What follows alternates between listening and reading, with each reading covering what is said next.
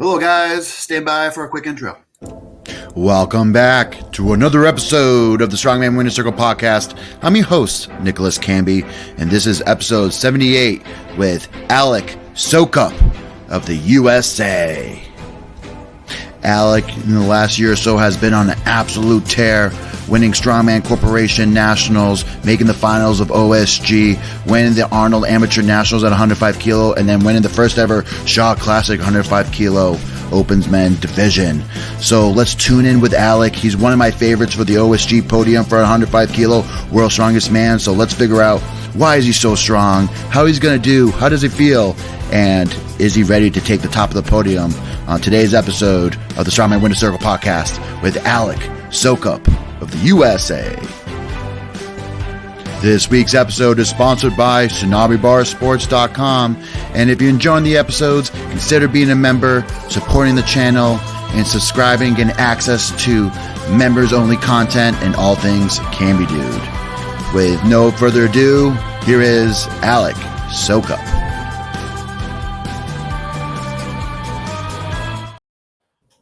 All right. Hello, Alec. Welcome to the show. Thank you for having me. Blessed to be here. Of course, it's very exciting. Whenever I get to do those intros, I usually like to do a big deep dive into the internet, of course, Google, YouTube, and all. I stumbled upon one of your football highlights. So there was a YouTube video of you doing of a whole game, but it's like 225 yards rushing, 2 sacks, 4 touchdowns scored. So I imagine you were a pretty big football player back then. I was, that was everything back in high school. That was meant everything to me. I was played both sides of the ball, and our whole family was big into football, and meant a lot to us then, for sure. Now, did you go on and play college ball? I got several offers, but by the time I got to college, and I even got on with one team, kind of a D2 college here in Oklahoma, it wasn't the same. I didn't enjoy it like I did in high school. So that combination with them not having the degree that I wanted kind of led me away from that, and I kind of stopped pursuing the football aspect of things. But I enjoyed it while it lasted, for sure. So I imagine potentially Strongman is that kind of competitive void that you filled after football. Now, how did you stumble 100%. On? I actually stumbled in. Oh, go ahead. Yeah, go ahead. I was just going to say. My question was, my brother. I always kind of knew about it. You see it on TV, you see the World's Strongest Man and whatnot. Had no idea about the weight classes, anything like that. And I was actually going into my career that I have now, and my younger brother, Seth, found a gym that had, some stones and a log and stuff like that. And he kept trying to convince me. And I was like, no, that's just not for me. And he's like, they have weight classes and everything. And after probably eight months to a year of him, like, really trying to convince me, I went and trained with him. And after probably 1 or 2 sessions, I was like, oh man, I love it. Like, I hadn't even competed yet. And I was like, yeah, I'm going to do it. So entered my first competition at, I think, just broke 200 pounent and signed up for the heavyweight category because all the rest of the categories were full. Went and started from there. Excellent. Now you mentioned a little off air that you're 3 years into the sport. So was your first year that you went to OSG? Was it 2022? Was that your first year, or was it 2021? So my first year was I started late of 2021 was my very first competition. I believe it was September of 2021. And then I didn't obviously know about OSG or anything like that. It wasn't until the following year, and I had heard about the regionals qualifying you for the big stage, and everything was I was determined to get there. I was like, I'm going to do everything I can, to podium at the regionals so I could go, having no idea that I would even do well at the regionals. Ended up winning the regionals and qualifying for my first OSG in 2022. All right, excellent. That, of course, puts everything together. So, of course, you're fairly new to the sport, but of course, have had a huge impact so far, and of course, a big year. So, OSG is about 4 weeks away now. So, overall, how's training been? Honestly, training's been really good. Have some nicks here and there with your body, just trying to heal them up, but nothing that's, too concerning or it's going to stop me. We just kind of work around it, trying to heal where things are a little hurt and then trying to move past. But honestly, I'm loving training. Training's going great for me. We're on track and my coaches are peaking me really well so far. So. You say, so I know that Frankie Pro does your nutrition, but do you have a regular programming coach? Absolutely. Colton Rhodes. I've been with him since he was there for my first OSG. So I've had him for almost as long as I've been in the sport, maybe 6 months into the sport. He's a big powerlifting coach. I think he trains more strongman now than he does powerlifting, but he has a lot of pretty successful clients in the strongman world now. Is that Roadhouse? Mm-hmm. Yeah. All right. Yeah, because he has a question because he asks how you got so handsome, but I imagine with just all the hard training and again, stud high school football player, so that helps a lot. But yeah, we should go over some of the OSG events. But first, we pay tribute to, of course, the greatest of all time, Zydrunas Savickas. Hello, Zydrunas. Good to see you. Do you know Zydrunas is a politician in Lithuania? I did not know that. I found that out a few years ago. I did not know that. He's quite involved. He's quite involved in his community.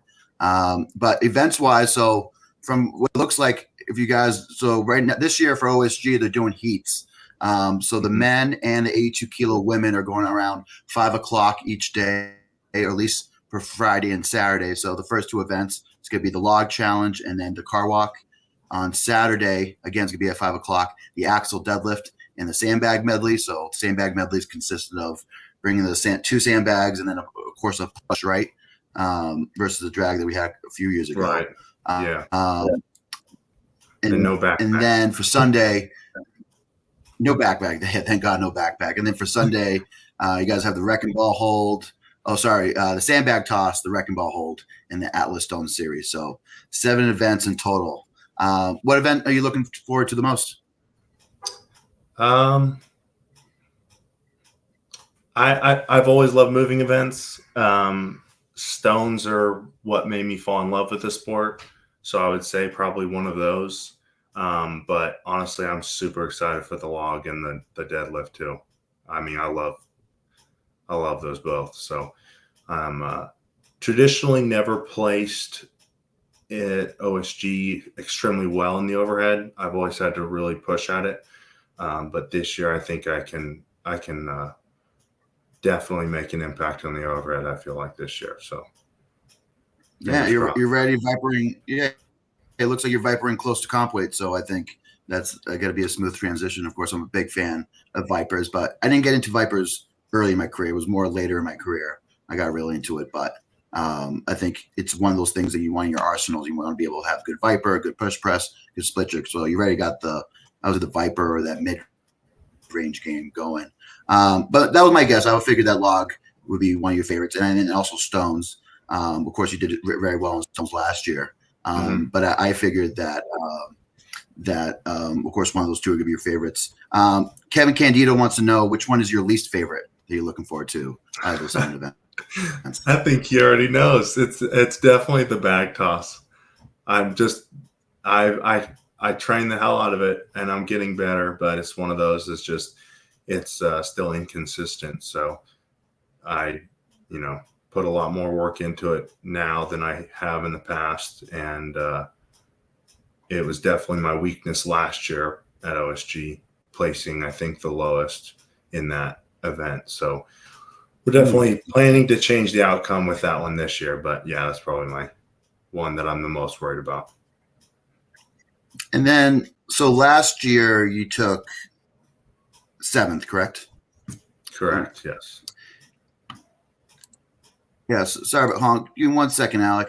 This has been happening to me on this computer, but I've been freezing up a little bit so I have 2 cameras. I've been trying out this new one that kind of follows you. It was great that when I used it downstairs to film some log session, but for some reason on this computer it kind of freezes up. So sorry about that. So you took 7th last year. So then now there's 7 events. So of course each event gets weighted differently, and you're hoping to do more on sandbag. So again, I think that should up your score a little bit this year. So how do you feel about the wrecking ball hold? I feel like you hear guys like Novikov or Mitch Hooper, saying that it's like the worst event that they wish they never had to do. It definitely is going to be a pain event. I don't think it will be as much grip. I think it's definitely going to be how much pain can you tolerate? I don't hate it. I've been, just fine in training. Of course, there's the unknown of how heavy it's going to be. I would obviously prefer it heavier, so people don't have to reach that 2-minute mark. But I'll be prepared for whatever. But I think it's interesting. I wish it wasn't. I understand the reasoning why it's in the finals, just because of sheer time. But I don't think it's a finals event. But it, you kind of go with the cards that are dealt. And so that being said, try not to look down on any of the events too much. Otherwise, you're going to get a bad taste in your mouth, and you'll go into it with a sore attitude and you won't do as well. So trying to keep an open mind, and, I'll do what I need to for sure. Absolutely. But it's interesting because this year, you normally when you have 7 events, sometimes presses gets doubled up in that 7 events. But this year you have probably a test of each facet, which is good. So of course, on the last day, stone throw, grip, and then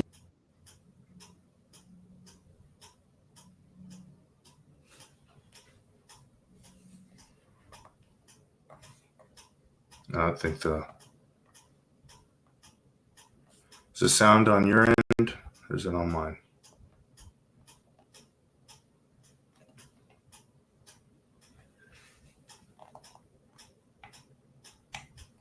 Well,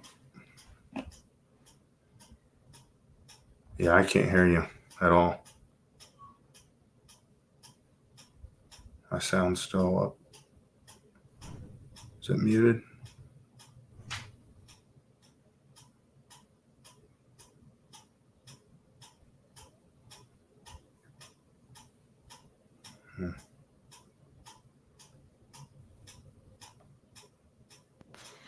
how about now? There we go. Yeah. That was my fault. Oh wow. Okay. So where do we? So interesting. It was on the Ozbot. This Ozbot's been failing me on this podcast, so I might have to change things. But it was good for live streaming. So it's interesting, but I think overall, what I was mentioning before, just you have 7 different events. It's a good test of each area. So I think it's gonna be a good competition. But speaking of competition, let's go over who you be facing. Of course, the first list. So there's about 40 competitors. I can go down the list. I know a lot of these guys. Of course, Gavin Bell, Alexander Bromley, Philippi Dumont Bouchard, Tim Makowski, Nick Hine, Matt McKeegan, John Walton, Aiden Howell, Justin Lloyd, Matt Powell, Thomas Owens, Boyd Francis, Ben Gutsy, Kevin Candido, Stephen Bradley, Adam Kempton, Riley Johns Bushman, Jared Hanner. And then for the second list, Josh King, Cameron Day, Josh Harrelson, Tyler Buxton, Gabe, I just didn't know this because it's Italian, Palesco, oh my God, he's Italian. I can't even say it. BJ Gross, Matt McQuiston, Christopher Othero, Damian Capadoni, Martin Garcia. And then we got our boy, Alec Soukup, Brian Bruce, Gavin Bruce, Nick Stock, Damon Curtis, Darcy Flasca, DJ Doggett, Tyler Pruitt, Kyle Gerrans, Lucas Desroche from Canada, Kyle Noren, Johnny Alimo, Brandon Burley. So 40 guys. Usually, what happens with, I would say, even the competition, because when I did my last OSG in 2021, we had like close to similar numbers. Almost, I think we had like 38 register, but only 24 showed up. Last year in the opens, there was like 50 people registered and only 36 guys showed up to the actual competition. So it would be interesting if everybody shows up. But I think last year you guys had 48 guys competing. Mm-hmm. So hopefully at least in the 30s, everybody comes up showing healthy and ready to compete. Of course, as you saw in the intro, you're one of my, of course, podium favorites. I think guys like absolutely. So I think guys like a Justin Loy, who has been on the podium before, you can't guess him out. I think McKeegan has been creeping his way up the ladder over the years. He's made the finals the last 3 years. So and of course he looks better every year. So I wouldn't guess him out in terms of potentially knocking on that podium. Of course, you have someone like Brandon Burley, who did very, very well last year. I think did Burley take 4th last year?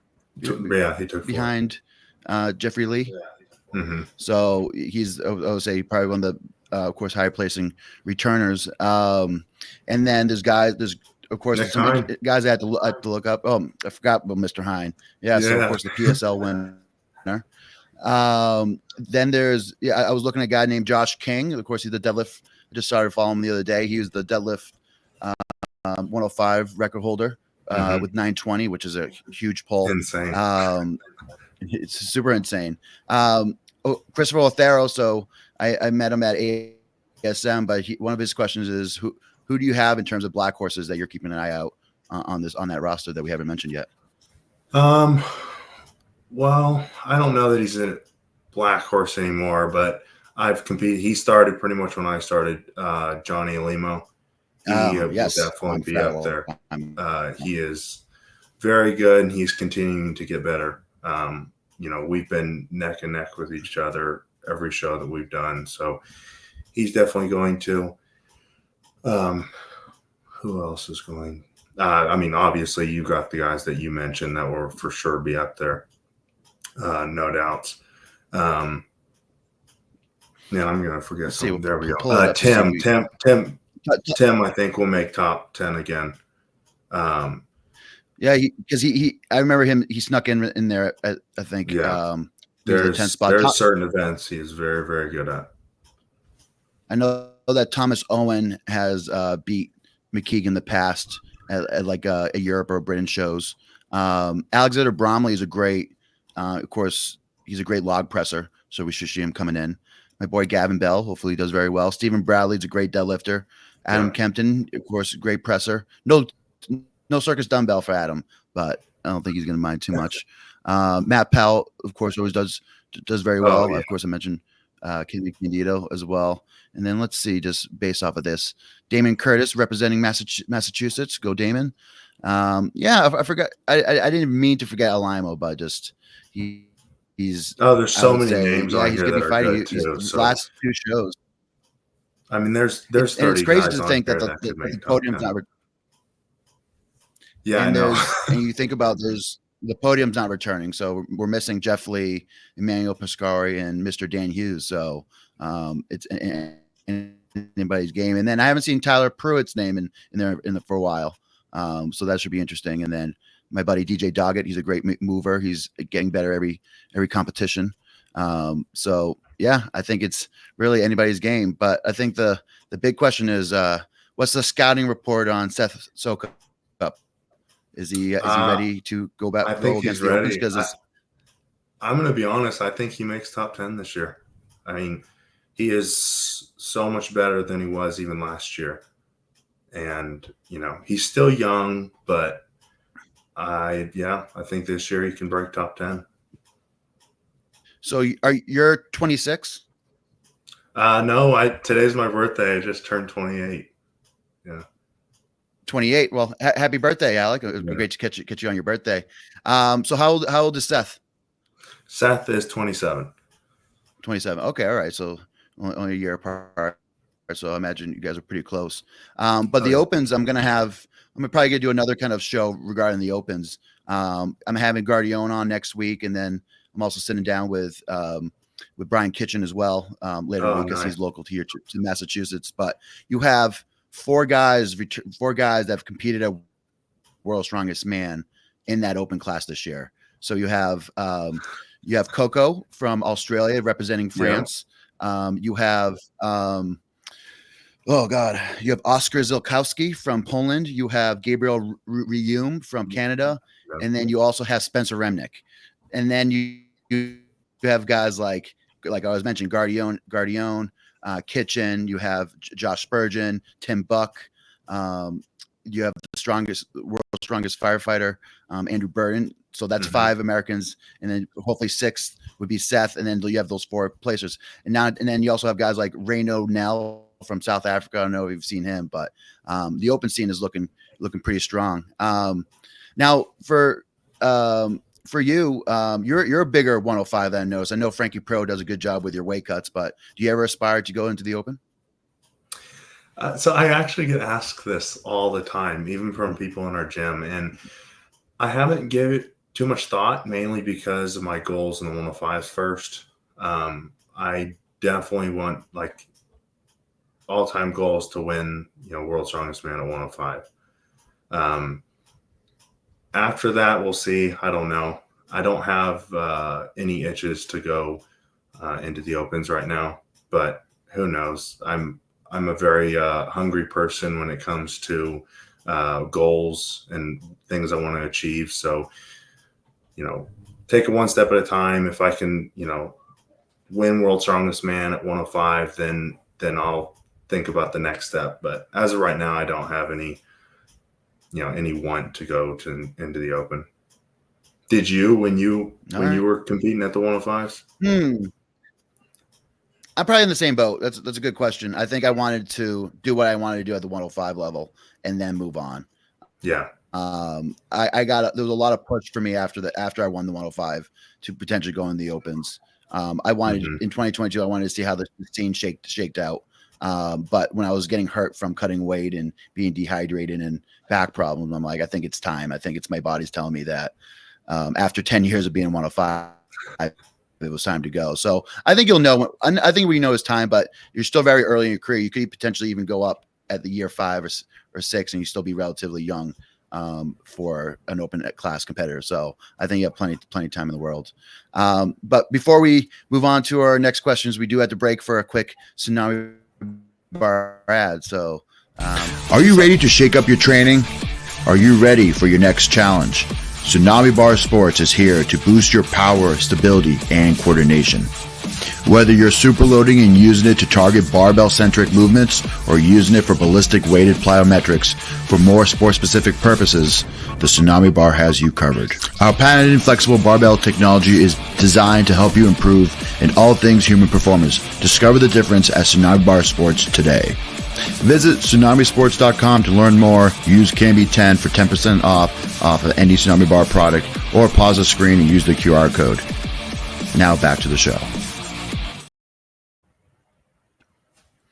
We forgot Aiden Howell in our predictions, so he's probably going to be on the log.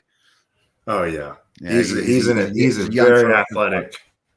very athletic person, and he always does well in the weird events too. So I think absolutely, I think he'll do extremely well. Now it's interesting. So we were talking a little bit about, of course, your coach. Of course, the Roadhouse, I'll call it, just for lack of better terms, the Roadhouse. Yeah. So does he coach you and Seth? He coaches both of us, yes. All right. Now you and Seth do all your training together too? Yeah, for the most part. I would say we might miss a day here and there, just depending on our schedules, but we train pretty much 5 days a week together. So definitely blessed and lucky to be able to train with someone who definitely pushes me harder than I would push myself probably. So that's a good thing. Really? Well, I feel like, the power of brothers. So of course that's awesome to watch. But it's interesting because of course we talked a little bit before. What I've noticed, of course, lately, of course, very strong log, very strong stones. Now are you guys training certain movements to kind of increase to increase stones? Or you guys are big into squatting, other accessory movements, or what does the Roadhouse have you kind of program for you in terms of building up that kind of, let's say, athletic / almost like coming out of the lap strength? Oh yeah. So he has us do a lot of hip strengthening exercises. So whether that be one block will be, we always squat. First of all, squatting is, I think that's necessary in almost all of your training. That helps with so much, but front squatting will help with your front loads like stones and stuff like that. He'll have us do sandbag picks, but then sandbag hip thrusts, starting with the seated position or whatever, and then you go to a standing position with the sandbag. RDLs I think are huge for stone loads, mainly because you don't get the leverage like a deadlift on a stone. So something like an RDL is more realistic to the weight you're going to be able to pick up from a stone. So those are some of the things that he has us do, just as an accessory, I guess, to those to stones. All right, excellent. Yeah, I'd like to hear. Now, do you guys switch up from front squats to back squats, or is it mainly front squats lately in your programming? No, we switch it up. Also, depending on how far we are out from the show, stuff like that. Is really heavy squats necessary? If not, moderate squats, stuff like that. But due to my knee, I've not been able to, do heavy squatting really at all. Just kind of light rehab stuff. And then we work around it, trying to hit the other things necessary to get those accessories in. Mm-hmm. Mm-hmm. Very much so. But yeah, I would say if the squat's not in of course, we're about 4 weeks out. I would say even that's sometimes one of the first movements to go is kind of squats when you get into that last block phase. But in our predictions, we missed another one. Josh Harrelson won USS Nats in the 242 class. The 105s is a thick class. Yes, very much. So he's someone I don't know who he is. But yeah, I always love. Well, let's see if he makes a mark, right? That's a good thing. OSG is a good shower of talent. So going into a little bit of some of your kind of fan questions. So the first question is, if you could make a perfect show for yourself, well, what would it be? Has to have stones, has to have moving event. I love circus dumbbell, so I would throw probably a circus dumbbell in there. Honestly, axle or log, so I'd probably have 2 pressing events. Standard deadlift heights, whether axle or regular deadlift, either one of those. Love both of them. Yoke, love me some yoke.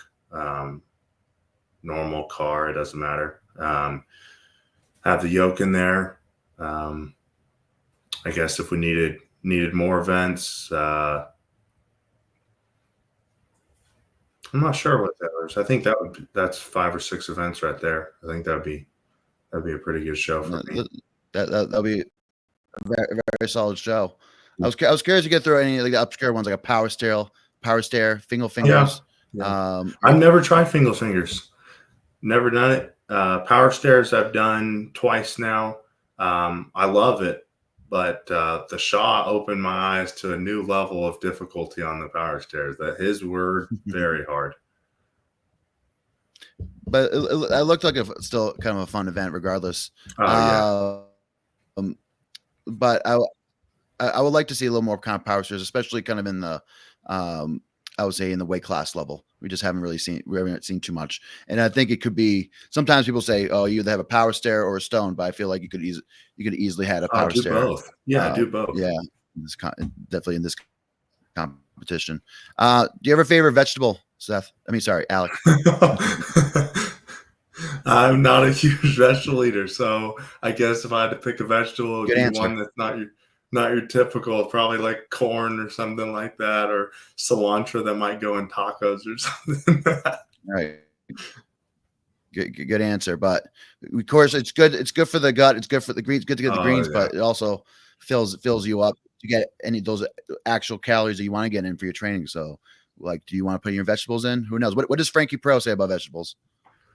He definitely has me eat vegetables. I just don't love them. So he's not as big on the vegetables as he is fruit. Fruit is and I agree with him. Fruits are absolutely necessary. So my buddy Dane from Massachusetts chimed in. Frankie says corn is a no-go. LOL. So he also works with Frankie. Okay. Your brother chimed in terms of the questions. So he says, will you prove yourself to be the best stone lifter in the world this year? That's my goal. Lee's not going to be there, and I think in my opinion, he's probably the best stone loader out there in terms of just all around. There's other really, really good stone lifters, not taking anything away from them. So I really wanted to go up against him. But I think there's 4 or 5 other people that are going to really, really challenge that top spot in the stone run. So I definitely, definitely looking to at least run for that first place on the stone run. So now, and I remember McKeegan when I competed with him, he had a very good stone. But who are the other ones he had in mind? Like Burley, I imagine. Brandon Burley is very good at stones. Who else are you thinking? Johnny Limo is pretty good at stones. Who am I forgetting? I'm forgetting someone on the list. There's one other person that I'm thinking of that I cannot remember his name. You know how I was just thinking about is McQuiston competing? Do we miss Quiston on this list? Yes, we did. Yeah, he has. Matt Yeah. Okay. Yeah. Sorry, Matt. He's a very good. He's a very good stone loader. Very good. Oh, interesting. But yeah, that's gonna be fun. But I think right now you're the guy to beat because Jeffy has. I'm not sure if you watched the ASM predictions that we did middle of the summer, but he's making the move to heavyweight. So okay, so I didn't listen to that one. I thought it was just a rumor. So I don't really spread rumors. So I heard it and didn't say anything about it because I was like, till I hear it for sure.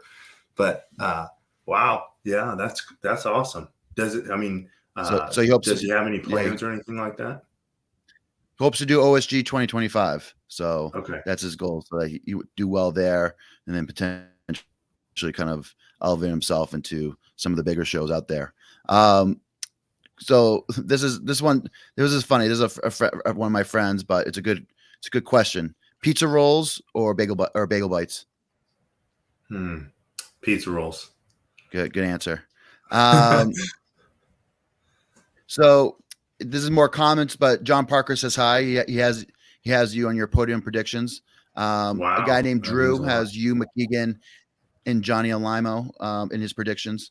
Are you considering the Chaos show for next year? Come Brain. So I was sent the invite and really still thinking about it. I will say that travel. In September I traveled to Italy, took a trip there, and my travel experience was horrible. So I'm trying to still get past that and understand that not all the travel will be like that. To the point where I couldn't even compete if it was that bad. So we'll see where I'm at also financially and stuff like that. So sure. So I'm curious now. So what happened on the trip to Italy? Was there a lot of connecting flights?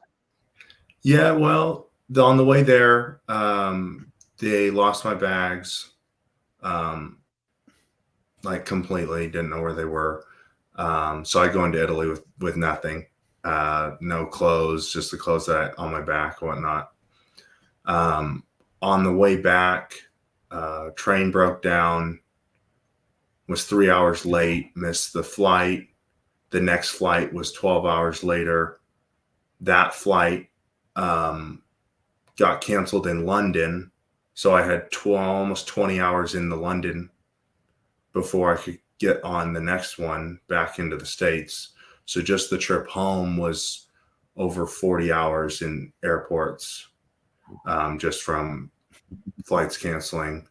Yeah, on the way there, I had some trains that I hopped on that didn't end up working. Had to get on a different one. I had, this is more, I guess, not really the travel experience, but phone stopped working overseas. So it was interesting trying to look something up or call someone to figure out what I was going to do with the login and whatnot. So that's kind of the gist of it anyway. But did you, besides the canceled train, did you enjoy the time in Italy? Oh, Italy was great. Went to 4 different places in Italy. I would say Florence was my favorite. No, good choice. That's my hometown. So okay, good answer. Maybe you did your research before you came in. Who knows? No, I didn't know that.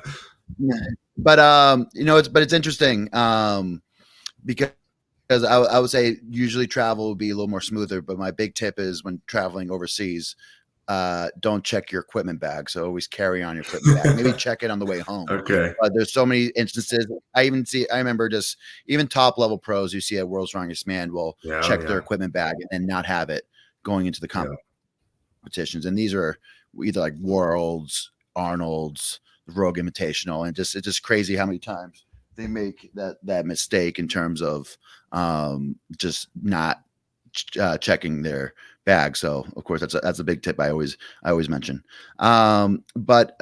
So Joseph usually chimes in, but he had a good question here. He wants to know how you got so fast. My guess is your athletic background. Of course, after watching your football highlight tape, you ran right up the middle, and of course you had great breakaway speed. But what are you still doing a lot of do a lot of sprinting, a lot of running in your training, or what do you attribute your speed and athleticism to? Even after football, I kept up with my training. I actually did some running work. It was more so your 300-meter type workouts and stuff like that. So my agility and my athleticism continued even after my football. And then going into strongman, that was something we worked with Roadhouse, was keeping that up and then improving on sets. And we've kept that up the whole time. We'll do foot ladders.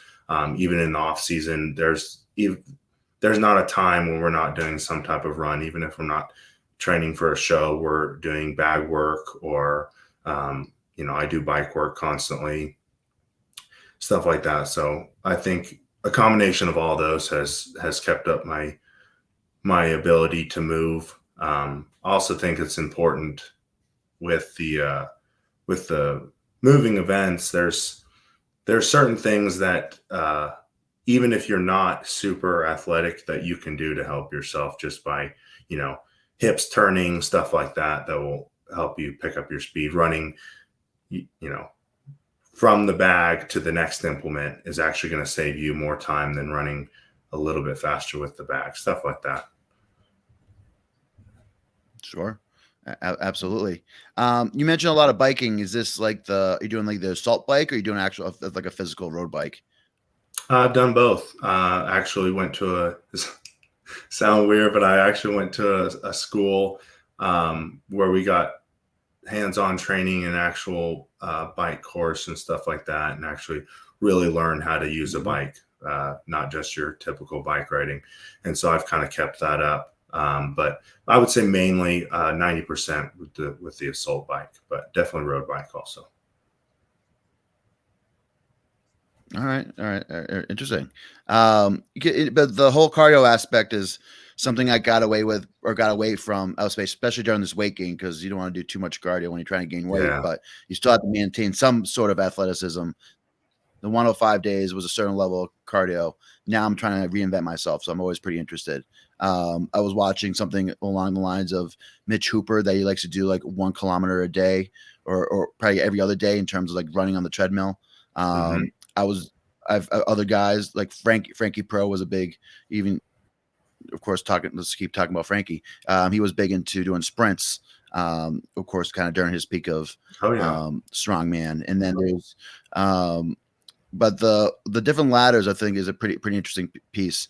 But I would say for the most part, it's just really hard to, I think it's really hard to develop that top end strength, but I think overall it's pretty important. But here we'll take another. Of course, I have one final fan question, which is a pretty good one. But go back to Joseph Tower. Have you ever done / how are you at truck pull? So any truck pulls in your career so far? So I've done 3 truck pulls, and I absolutely love them. That's one that I would actually put in my ideal show. I forgot about. That's an event that I would be a must in there. I love truck pulls. I'm trying to think if I lost one. I'm sure. I think I lost one. I did. I lost one to Blake Kendall at my very first Battle Axe competition. Blake Kendall did ASM. The Yep, he did ASM last year. Right. Not this year. He did it last year, and he placed second, I believe, at Arnold Am Nationals in 2023. Right. Behind. Yes. All right. I remember. He has a great grip. What I remember. Very good grip. Yes. But it's interesting because the very first OSG 2017, there was a max log and a truck pull within the 6 events. So that was probably one of my favorite OSGs, just because there was finally a max. I know, of course, he's done different things to change around it, but we had a truck pull in the final. So I thought that was pretty interesting. It was a very fast truck pulls, like the times were all split up by like a second or so, but it was still, I would say it was still pretty fun event. But speaking of OSG, so Joey Schofield, he mentioned that he wants to hear a little more detail around your stone run last year. So supposedly you banged yourself up and got a little injured before in the contest prior to going into the stone run. So once you elaborate on the story. So day one was carrying we had that frame into the Denny Stones, and with the first pick of the frame, my belt started digging into my stomach. You know, you're trying to block out the pain. I drop it because of the pain, and I continue it. I finally finish, and when I go to step out of that frame, I know something's wrong. I get this horrible pain that's in my stomach. I can't breathe. I can't push out my stomach. I go in the back and I see the medical team, which was amazing, by the way. And he's like, "Yeah, you have a hole in your stomach. You got a torn oblique." He said, "You can continue the show and it won't get worse, but your pain level will be intense. But the tear is not going to get worse."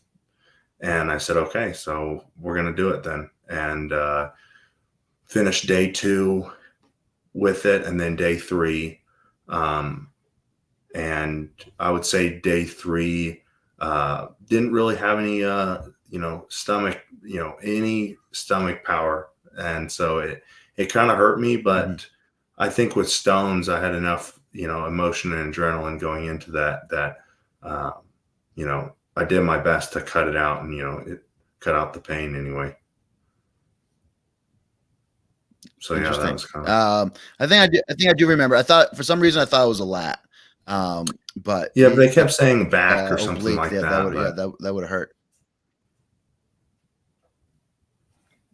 Oh, interesting, but of course that's a lot of times. It's that, of course, those gutsy performances that makes you feel even better when you go into a competition fresh. So of course, there's always a good way good way to persevere and to test yourself. So I always say we've been pretty positive on the show, but like in the world of strongman and all, is there anything that gets you going? Is there anything that grinds your gears, or do you have any pet peeves in the world of strongman or gym lifting or Instagram culture? So a little bit in strongman, and people don't normally do this because they're, mean or pricks or anything like that. But when someone says they're going to be, better than you, or they come up to you and it's like, by next year I'll beat you, and they're starting from scratch from their first year in strongman.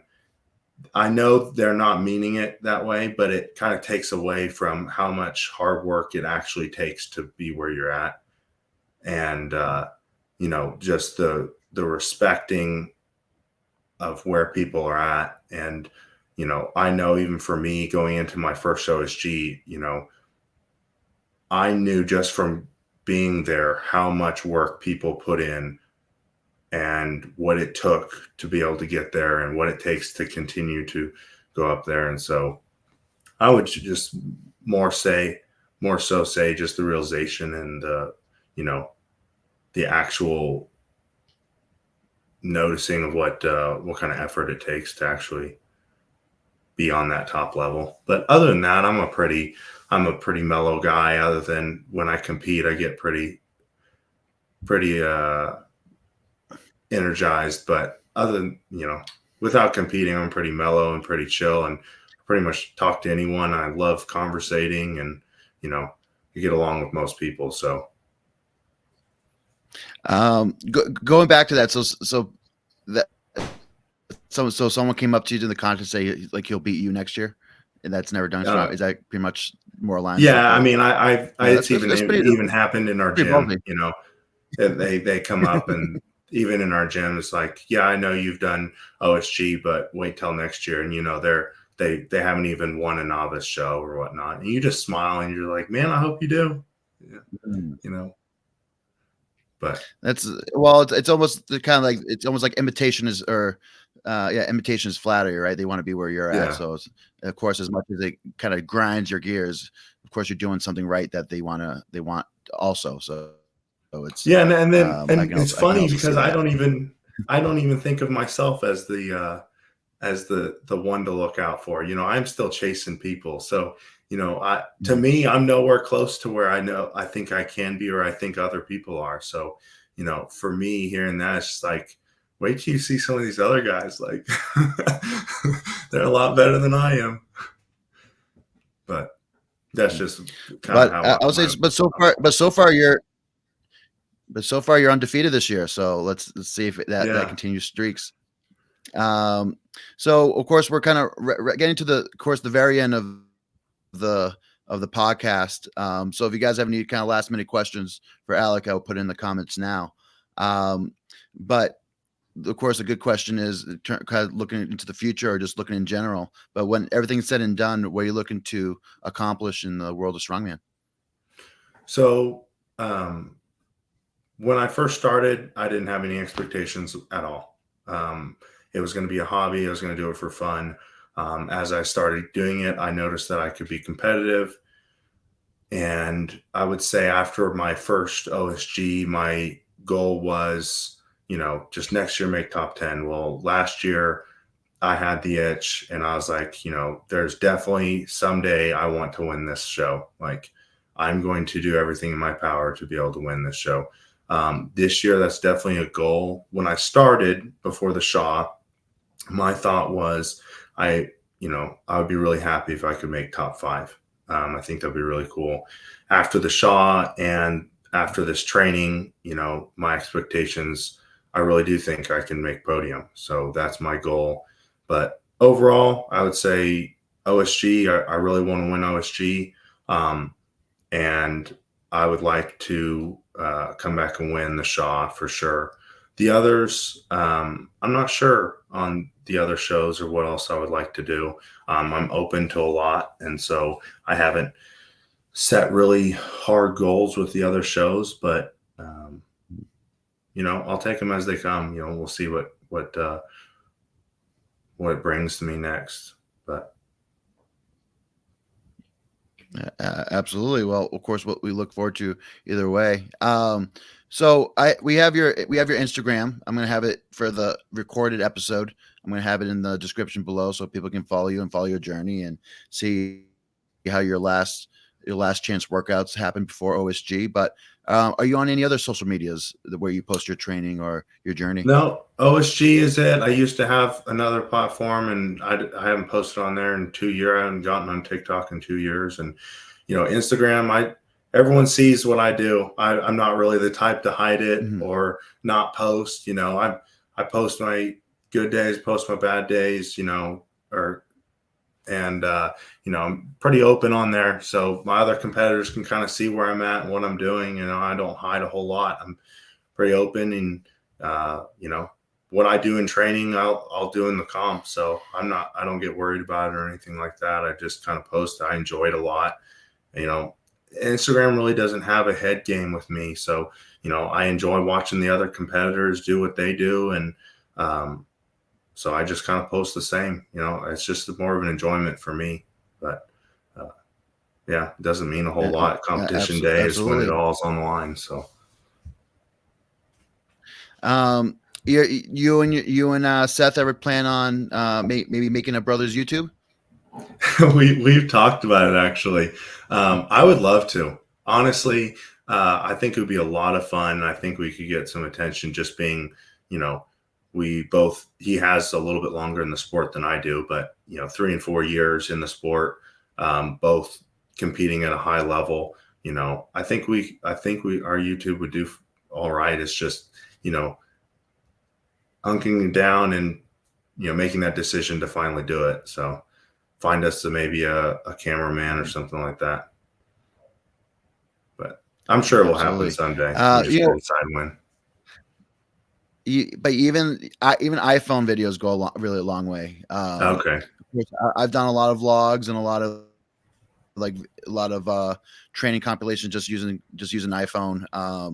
And I find there's also some good deals on just video cameras on there. So it's always just easy, just kind of start simple and kind of see what works and find your niche in terms of what you like to kind of put out there. But also it does help with sponsors, which will help kind of keep you in the sport as well.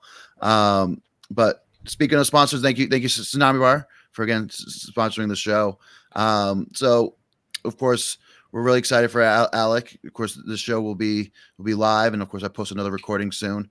But of course this weekend I'm heading out to BG Strength, so I have a seminar. So for any of your friends in Kentucky, if they're in the area, it's gonna be a great seminar. So my overhead press seminar. So, but I'm also looking to do some stuff with Justin Loy. So I'll give you a scouting report on Justin after this weekend. See how I already know how Justin is. Justin's one of those that posts all his terrible stuff and says he's doing terrible. I'm like, no.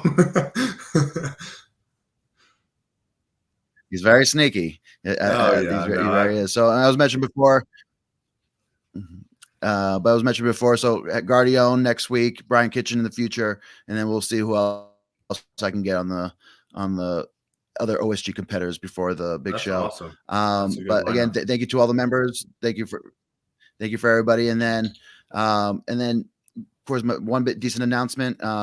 In a week or so, I'm coming out with Canby shirts. So my buddy, you remember Mike O'Connor, right? You competed with Mike. Oh yeah. So coming out with Canby shirts. So there's I have a few coming out. So coming on soon.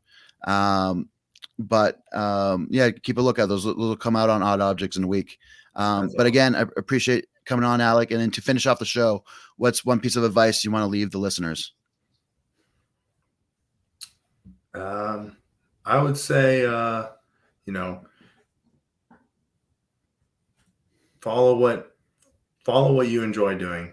If this is a sport that you like doing, don't let the competition or how you do or you not, getting to where you want, put you down. Continue pushing forward and the thing that you're doing because you love it. It's going to make your life better. I believe that it will make your, home life better because you're putting in towards effort into something you love. So just continuing doing that, overall, I think it's good for you, good for your body, good for your mental health. So.